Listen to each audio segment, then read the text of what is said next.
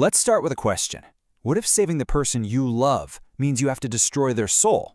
Not in some poetic way. I mean literally, piece by piece. That's the impossible choice at the very heart of Onyx Storm. So, let's dive in. See, this isn't just a hypothetical. It's the price of survival. To save Violet Sorrengail, Xaden Riorson did the one thing a dragon rider must never do. He channeled magic directly from the earth, and in doing so, he became a venin. It was an act of pure love that has now cursed him forever. And just like that, his whole world, his very being, is split right down the middle. I want you to picture a line drawn through his soul. On one side, you've got the hero, the protector that Violet fell for. But on the other, there's a monster growing, a curse that's always hungry for more power. That is the war he is now fighting every single second of every day. So right away, they're hiding this catastrophic secret. Xaden cuts their telepathic bond, a connection as close as a heartbeat, because he's terrified. He's terrified his new darkness will literally bleed through and corrupt Violet. Every moment is a struggle, and you can just feel this clock ticking down. And then comes the confession. It is absolutely chilling. After they fight off an attack from other dark wielders, Violet asks him, "How did you know they were coming?" And his answer is just ice. He can hunt them so well because he can feel them. He's basically on their network now. He is one of them. Okay, so while Xaden is fighting this war inside himself, the world outside is literally falling apart. Navarre is a political mess, right? On the brink of total collapse. They need allies to survive the coming venin invasion, but the only way to get them is to commit treason. So Violet makes this completely insane choice. She basically hacks into Navarre's most sacred defense system, an act that could get her executed on the spot. But this gamble, it pays off. Big time. It brings in a crucial alliance, gets her friends pardoned, and in a wild twist, Xaden's title and power are restored. It's a brilliant, desperate, and totally reckless move. With a little breathing room politically, their focus snaps back to the personal fight. They hear rumors of a cure for Xaden, and it sends them on this frantic quest to the Outer Isles. But these aren't islands of salvation. Oh no, they're traps. Every single one is a trap designed to break them.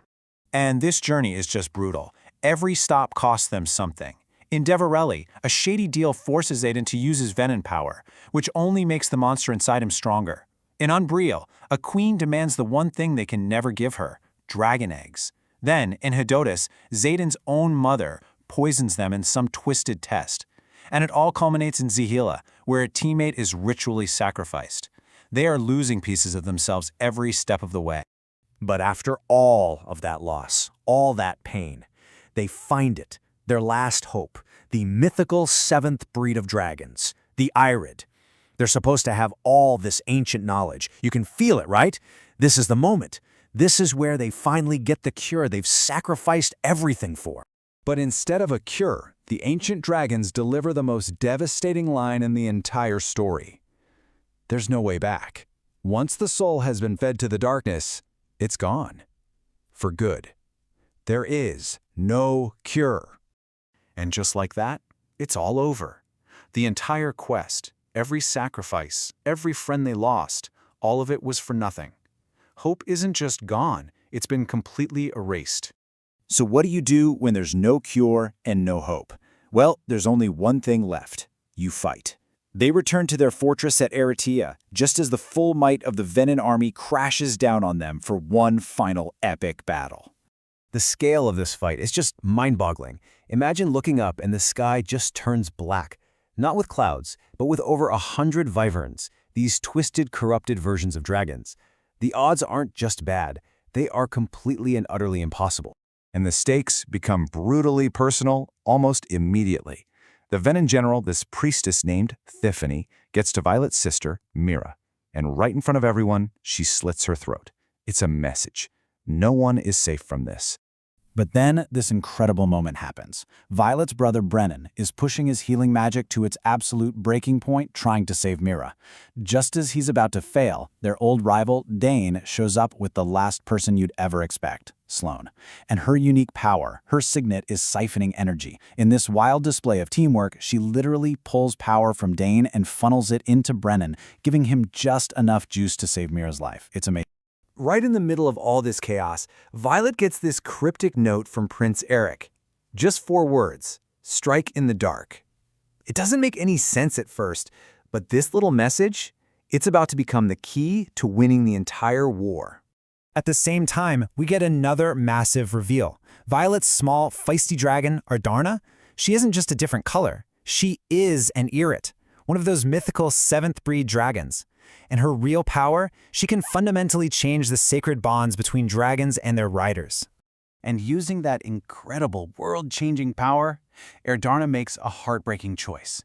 To protect her own kind and fulfill her destiny, she severs her bond with Violet. She leaves her rider, her friend, at the very moment Violet needs her most. It's just devastating. So now, everything comes down to this final duel, Violet versus Theophany. But Violet realizes her enemy isn't just a lightning wielder like her. No, she's wielding actual storms, a power even greater than Violet's own legendary mother. This isn't just a fight, it's a god against a heretic.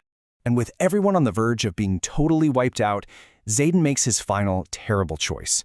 He stops fighting the monster inside him, and he just lets it out. He unleashes the full, terrifying power of his shadow magic, creating this massive Onyx Storm that swallows the entire battlefield. He saves everyone, but he sacrifices the last bit of his soul to do it. And the results of that sacrifice are crystal clear. Inside the darkness Xaden created, Violet remembers Eric's note. She strikes in the dark, and she kills Theophany. Iratia is saved. The enemy is defeated. But the cost was everything. The cost was Xaden's soul. When the storm finally clears and the light comes back, Xaden has vanished. No body, no trace, he is simply gone. And Violet, she wakes up to an impossible mystery. There's a wedding ring on her finger. There's a legal marriage certificate. There's a final, soul-crushing note from Xaden. And the last 12 hours of her memory? Completely gone, wiped clean. And apparently, she's the one who asked for it to be erased. Which leaves us with the final, terrifying question. She chose to forget the unbearable truth of what happened in those final hours. But secrets like that, they don't stay buried forever. So what happens when those memories come flooding back? And what is Violet going to do when she's finally forced to remember the truth?